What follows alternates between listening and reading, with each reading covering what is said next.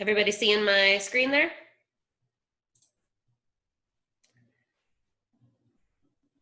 All right, I don't hear a no, so I'm gonna take that yes. Yes. Okay. Sorry, I No, muted that's myself. I fine. do That's apologize. good. No I'm going to worries. be monitoring the chat for you, okay? Awesome. Thank you. Yep. Okay, bats and spiders of Colorado. So I'm just gonna jump right in. I'm gonna cover some spiders that you'll find in Colorado. These are all like native spiders, and then we'll talk about some of our bats that we'll find. So this is called a funnel weaver spider. This one you will commonly find coming in homes in late summer and early fall. So they probably are starting to become a little bit less common in the home during this time, getting a little later into fall. They produce webs that are like dense mats of this funnel shaped silk, and you'll see it outside in shrubs, or in your home you'll see it in the corners, like dark corners.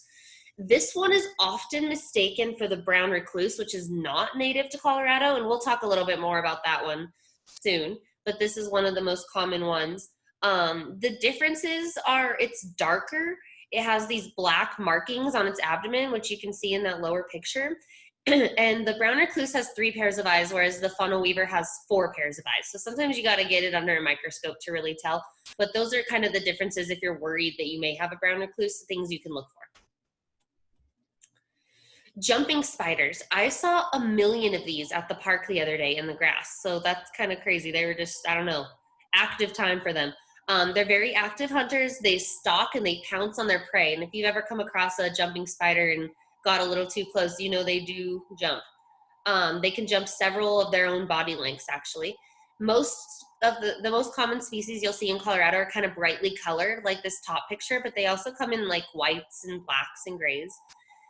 They don't use webs because they're such active hunters, but they do cover their eggs and construct shelters underground and under rocks and things like that, and they do line that with a silk, but they don't actually make a web to catch prey. Usually spiders that are really active hunters don't use a web. This creepy one is called the wood louse hunter. It has really large fangs that you can see in this bottom picture that look just super creepy and painful. It uses those fangs to feed on roly-polies and other insects that are kind of hard-bodied. It has this kind of creamy gray body and reddish legs and head. It does live in a silk web, which I didn't put a picture up, and it hunts at night. Obviously, those fangs will produce a painful bite, but it's not poisonous. Actually, I'll tell you right now, none of our native spiders are poisonous, except one, the black widow, which we'll talk about. So that's good. But it's not really aggressive. I mean, if you're messing with it, obviously it's going to bite you, but it's not going to come after you for no reason. So don't worry too much. Ground spiders. These are spiders that you'll find under rocks or under like moist logs, and they make little silk-lined retreats in these protected places.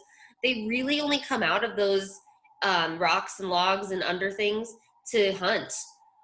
Some will wander indoors when the weather turns cold, so it is one to keep in mind, one you might see in your home. Again, not a poisonous spider, so that's good. Cobweb spiders. This is like your classic Charlotte from Charlotte's Web, usually found in dark corners of your home, down in the basement or somewhere like that that's kind of not highly trafficked and stays pretty dark. They spin these really messy, sticky webs, kind of your classic typical cobweb, and they have these big bulbous bodies that you can see it's just very round and a lot larger than the head. Sometimes you might mistake these spiders for a widow, a black widow, but they have white banding on their abdomen, and a black widow has red markings, and we'll show a picture of a black widow so you can see the difference. But they look a little bit similar, and their webs look similar, so they do get confused. But this one is, you know, not poisonous, whereas the widow is. So not really as much of a concern.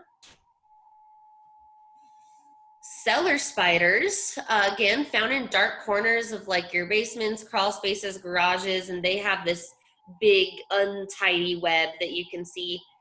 in the picture here, kind of a creepy Halloween web, it looks like.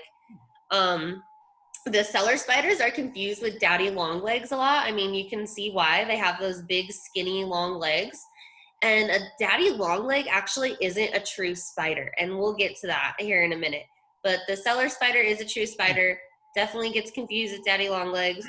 An interesting fact is that the female cellar spider carries her egg sac in her jaws until they hatch.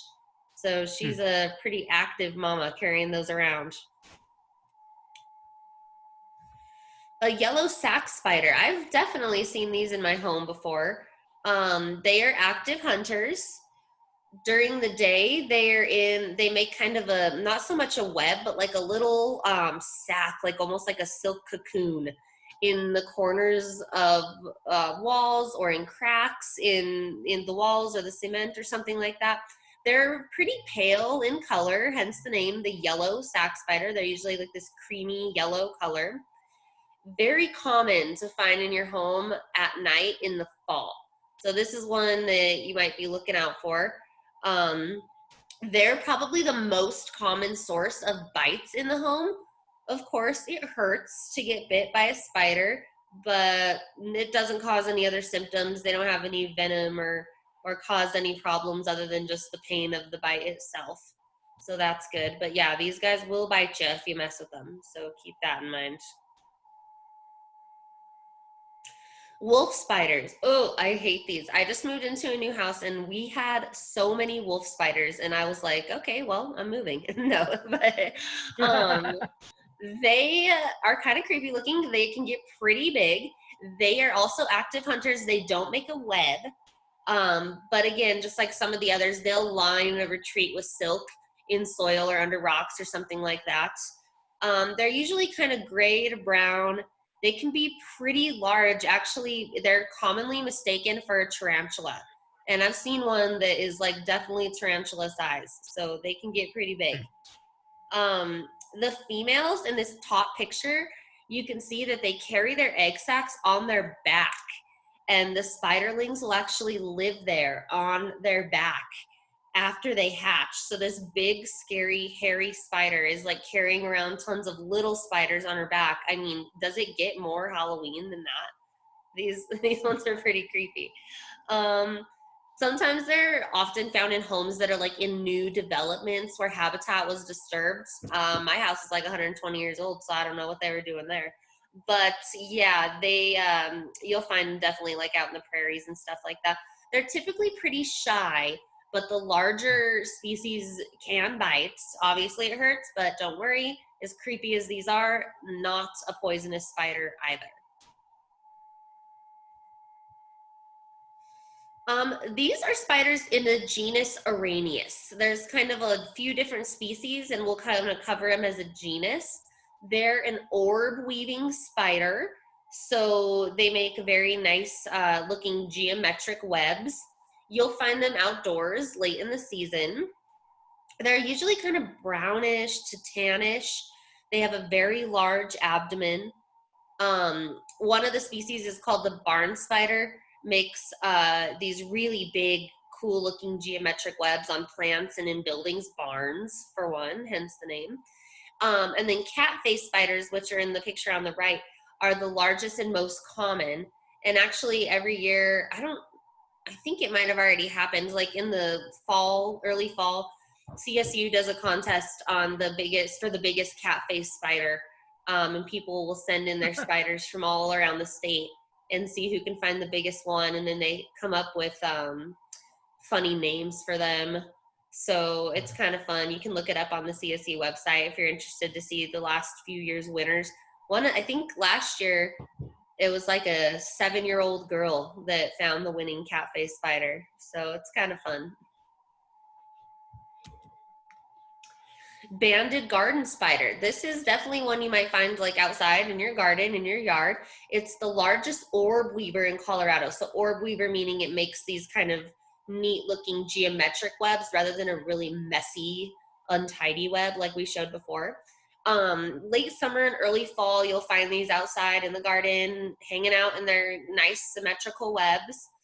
The females are kind of silvery with black and yellow stripes. The males are much smaller and you won't usually see them. They're rarely seen. They kind of stay hidden. If you see one in your yard, it's probably going to be a female. And yeah, they're kind of cool looking, and the webs are cool looking. So this is a cool one. Ooh, tarantulas. Only really found in southern Colorado. So we definitely have them in the Pueblo area, which I think most of you are tuning in from. Live anyway. We will record this and post it. Males are seen wandering in search of a mate in late summer. So that's kind of that tarantula migration that you might hear about on the news or something like that. And they're not actually migrating. It's just the males out wandering, trying to find a mate before winter comes. But yeah, they'll move in big groups and big packs, and they'll cross roads, and it becomes quite a spectacle. You can find it in Pueblo, like near Lake Pueblo. I've heard that you can see them. Feel free, if you've seen a tarantula migration, so to speak, post in the chat where you saw it, because people are always asking, you know, where can I see this happen? Mostly like in southeastern Colorado, down toward like La Junta is the big place, but definitely can see it in Pueblo too. And I see some chats coming in, so if you're interested, check that out. Females can live up to 20 years, so a very long-lived spider. You know, kids will have them as pets sometimes. They burrow into the soil, and they really, especially the females, will only wander a few feet from her burrow. They will pinch if handled, and they also fling these irritating hairs from their abdomen, but again, not poisonous.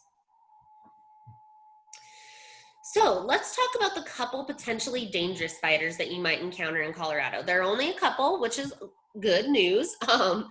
If you are bitten by one of these spiders, you should treat the bite with an antiseptic and apply ice to reduce pain and swelling. If you suspect that your bite is from a harmful spider, you should consult a physician.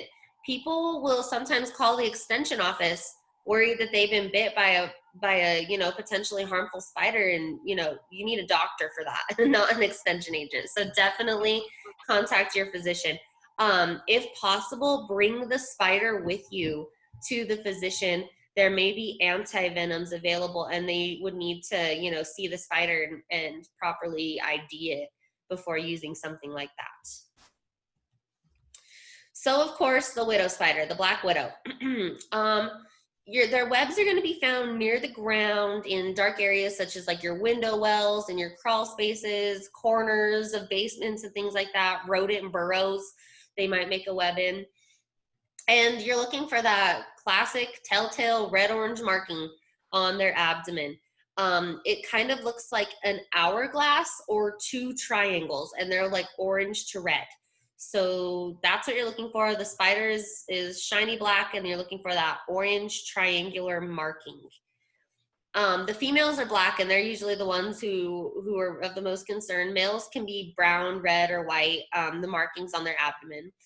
The bites do contain nerve venom, so that is definitely not good. If you are bit by one, you've got to get to the doctor right away. Although they typically only bite when provoked, so they're not going to chase you down and bite you, but if you're messing with them, they might. So keep that in mind. And then, of course, the brown recluse. It's actually rare in Colorado. Populations can't actually establish here. Our winters are too cold. Our climate is generally too dry, but they do occasionally get brought in from other areas. You know, they kind of hitchhike on vehicles or in other materials that came from somewhere else where they are native. So they do, they can be here, definitely, but not in high numbers. They have a loose, messy web in dark corners of buildings. They're this pale brown color. They have very long legs, and they have a kind of, I guess, yeah, it looks like a violin behind their head. You can see in the bottom picture the kind of violin shape with the skinny neck of the violin.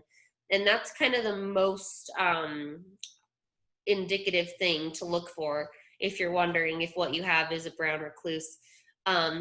They do have 3 pairs of eyes, so that's another thing you can look at to ID them. their venom is harmful to human cells. It is poisonous. It'll form a big blister. Sometimes that blister might take a few hours to form, but you know, if you've been bitten by a brown recluse, definitely want to get to the doctor. Okay, so now we do have a few arachnid species that are not true spiders, equally creepy, if you ask me, but let's talk about some common spider relatives that you might see. Oh, this thing. We have this in Pueblo. It's a really bizarre looking arachnid. That top picture, that just looks like something out of a sci-fi movie, if you ask me. Only in southeastern Colorado. Northern Colorado doesn't really have to worry about the sun spiders. They have these really large jaws, which you can see in full spectacle there on that top picture. They use it to crush prey, but as scary as this guy looks, no venom, so that's good. They will sometimes enter buildings in early summer. Actually, one of my coworkers had one in her house earlier this summer and sent me a picture like, what is this? And I mean, I could see why she was so concerned, but not poisonous, so that's good. Scorpions definitely have these in Pueblo. They have an elongated abdomen tipped by a stinger, and they also have pinchers in the front, so kind of double creepy, pinchers and stingers. When needed, they bend their stinger over their body and inject their prey with poison. The poison is actually not harmful to humans, though, so it's not really something to worry about. That sting will hurt, but don't really need to worry about getting an anti-venom or anything like that if you get stung by a scorpion. And then daddy long legs. I feel like this is one of the least creepy spiders. They seem kind of friendly for some reason. They're not true spiders though, they're just arachnids. The adults are present in late summer and early fall. So because of that, they also might be known in some areas as harvestmen. They have very long legs and their body isn't separated into regions, which you can see in the bottom picture there, which is one of the reasons it's not classified as a true spider, because the spiders have those separate head and abdomen regions, whereas this daddy longleg just has one body region. No venom glands. They do not produce silk, so you won't ever find them in a web of their own anyway. And there's this myth that daddy longlegs are super poisonous, but that their fangs are too small to bite you. That is not true. That's a classic urban legend. They are not poisonous in any way, so don't worry. Just a friendly daddy longleg crawling across your ceiling. Okay, I'm gonna check the chat real quick. Is there, or maybe I'll just ask Derek, are there any questions regarding spiders specifically that I could answer before we jump into bats? How big do the recluse spiders get? I might have missed it if you said it. I mean, they can get pretty big, probably a few inches in length at their largest. Does anybody else have any questions on spiders? Looks like Derek answered a couple, so that's great. Okay, awesome. Well, I'm gonna jump into bats then. Kind of the other creepy crawly of the morning here. We have a lot of types of bats that at least like will be in Colorado at some point in the year. I just picked out a handful of them to show you, maybe some of the more common ones that you might see. So let's get started. This little guy here is called the Western Small-Footed Myotis. As you can tell by the name, it has a small foot. You can see that teeny tiny cute little foot there in the picture. They occur statewide. So this one you can really find anywhere in suitable habitat, which is going to be mostly like canyons and very rocky areas. Really in general are somewhere you might find a lot of types of bats. They are a year-round resident of Colorado. So some bats kind of just stop through when they're migrating, but they don't breed here and things like that. This one, year-round resident. Their young are born in mid-June, following a gestation period of only about 2 months. They feed early in the evening on small flying insects, such as flies, small beetles, and winged ants. And that's really one of the big benefits of bats in Colorado is they do eat a lot of insects. I mean, they'll eat a ton of mosquitoes, insects that we don't really want around us. So they are beneficial to us in that way. They are pollinators in other parts of the world. We don't have any bats that actually pollinate plants here in Colorado, but definitely like in Mexico and stuff like that, bats are really important pollinators for night blooming plants. But yeah, they eat those insects, and that's really important. So we actually have done a class before. Maybe when we can be in person again, we'll do one again. But we built bat houses that people, you know, can take home and hang. And you know, if you want to look into doing a bat house, it's something that you can use to kind of encourage bats to want to be in your area and take care of some of those nuisance insects for you. This is called the little brown bat. I kind of think bats are cute. I don't know. They're not as creepy to me as they should be, I guess. But this little cute guy occurs statewide in suitable habitat. And you know, they know that from like echolocation records from hearing them and things like that. But there's only actual records of sightings from Greeley and Pueblo. So we definitely have them in Pueblo. That's been proven, but it's thought that they occur statewide. You'll find them in riparian woodlands, so near like streams, creeks, rivers, things like that. You'll definitely find them in urban areas, in, you know, buildings. Wood lots, shelter belts are places you might find this one. They can move 50 miles at night, and they can fly 19 miles per hour. So they really get going. They can live up to 30 years, so it's a very long-lived bat. But since it's so small, most of them actually die in their first year due to predators like raccoons, even cats, snakes, things like that. So the average lifespan is definitely not 30 years, but it's possible. They forage over water or among trees, mostly on aquatic insects, mosquitoes, and flies. So again, that's very beneficial to humans. It's kind of interesting how they catch their prey. They'll fly up to their prey and knock them out of the air with the tip of their wing, and then catch them in the membrane between their legs. So kind of smack them down and catch them and then eat them. And an adult can fill their stomach in as little as 15 minutes if there's adequate insects around. So they really get it done with the feeding. This is the red bat. This is actually it's rare, but it's really cool looking bat if you ever get a chance to see it. It's mostly found in riparian woodlands along the South Platte and Arkansas River. So we here in Pueblo do have a chance to see this bat being in the Arkansas River Valley. It seems to prefer American elms as far as roosting goes. So a little hint on where you might find it. It hangs among the leaves in the day.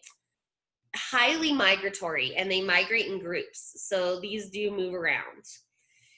Some reports indicate that the mother carries the young until their weight equals her own. So she is a great mama carrying that baby around until it's really, really big. Actually, in general, bats are really good moms, so give them credit for that.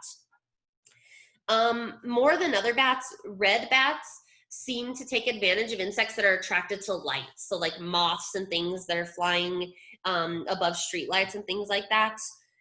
That is where you'll mostly find a red bat feeding, and they are territorial. So if another bat, you know, comes up to their street lamp that they're feeding at, they're probably not going to be happy about that. Interesting things about the red bat, they can survive at sub-freezing temperatures, and they kind of go into this deep sleep to be able to survive, and they're able to arouse really readily from that deep sleep, and if needed. This is called the Hoary Bat. It probably occurs statewide from plains to timberline, again, probably because it's hard to see a bat. They're out at night, they're flying really fast, but they all have specific echolocation calls. So that's a lot of what the records are, is, you know, they've been heard but not seen. You can really expect to find these in any habitat with trees. So that's where you might look to see one, although like I said, they're hard to see. They arrive in Colorado in April and they leave by November. So they are not year-round residents. They just kind of spend the summer here. They prefer to eat moths, but they'll also feed on beetles, wasps, grasshoppers, and this one will even eat other small bats, which is kind of crazy. They tend to emerge later in the evening than most other local bats in Colorado. I know around my house, I start seeing bats as soon as dusk hits, but the Hoary Bat tends to wait a little bit longer in the evening before it comes out to feed. The big brown bat. This is definitely the most commonly seen bat in Colorado. You can find it in towns and cities. It'll be in the urban areas. So it's kind of all over. It is a year-round resident. It does hibernate during the winter in old mines, caves, fissures, even in storm sewers, in urban areas, you know, maybe like attics or abandoned buildings, under bridges, places like that. They are generalist insect feeders. They will eat any insects that they can find, and they're actually important in keeping urban insect populations under at least some control, especially around, you know, water. And it's kind of an ironic story. The insecticide DDT, which was once used in this country a lot to control problem insects, is highly toxic to big brown bats. So there was a time when, you know, we used DDT and we actually started to kill one of our natural insect controllers by trying to control insects. So it was an ironic story. Obviously, we don't really use that as much anymore, so they've really started to rebound, which is great. This is the spotted bat. Look at this silly looking guy with those big ears. It's probably one of the most rare bats, but it's the most one of the most striking as far as how it looks. As far as published records of sightings of the spotted bats, in the vicinity of Dinosaur National Monument, they have been spotted, and a number of places at lower elevations, a lot of them on the western slope, mostly near the Four Corners area. They definitely prefer to eat moths. An interesting fact about that, though, is it seems they only eat the abdomen, as they have been seen removing and, you know, getting rid of the wings and the head of the moths and only eating the abdomen. So that's kind of funny. They're a little bit picky, I guess. If you ever were to see a spotted bat, the Colorado Division of Wildlife wants to hear about it since they are so rare. They would love to hear about more you know, sightings and records of the actual sightings of this bat. So keep that in mind. If you're out bat spotting. This is the Pallid Bat. It only inhabits lower elevations on the western slope, so we probably won't really see this one around our area. You'll find them on the western slope at those lower elevations in broken rocky areas. Sometimes in the very southeastern part of the state, sometimes in the foothills of Colorado Springs, but probably not around our area too much. They probably hibernate in Colorado from mid-October to April, we think. They feed mostly on flightless ground-dwelling arthropods like crickets, grasshoppers, beetles, and then scorpions and spiders as well. This specific species has a very strong bond between mother and offspring, and, you know, with a lot of animals, that even if there is a strong bond between mother and offspring, it kind of goes away after the first year once the offspring is grown. But these bats actually continue a very strong association with their offspring year after year after year. And it's been shown, research shows that when a pallid bat's offspring were to fall from, you know, the top of a cave or wherever they're hanging, and they can actually go and find their specific offspring among lots of other baby pallid bats. So they really are just phenomenal mothers. This is the big free-tailed bat. Look at that little face. It was once thought to be an accidental wanderer in Colorado, but recent data is showing that there actually are probably breeding colonies in Colorado. This bat is, you know, typically most bats are rocky canyon areas, roosts in crevices. Moths, again, are the mainstay of their diet, although there's not a lot of data on the big free-tailed bat's diet. So yeah, that's kind of what I have. I thank you for attending. I'll definitely take questions here, and just want to remind you, we'll be back in 2021 with plenty of seeds, plenty of educational events. These are our Facebook page and the All Public Grows website. This is where you can stay up to date on what is going on with the All Public Grows Seed Lending Library, events you can participate in, where you might be able to get seeds in 2021. And yeah, just thank you all so much for coming. I'm going to stop recording and